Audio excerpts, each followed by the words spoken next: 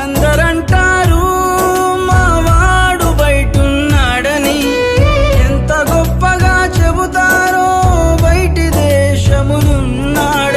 పేరుకే మేము దేశాలు దాటినం, ఇంటికి పోతామని అమ్మాయి అని చూస్తామని ఆశతో బ్రతుకుతున్నా నేను గర్ల్ ఫోన్ని.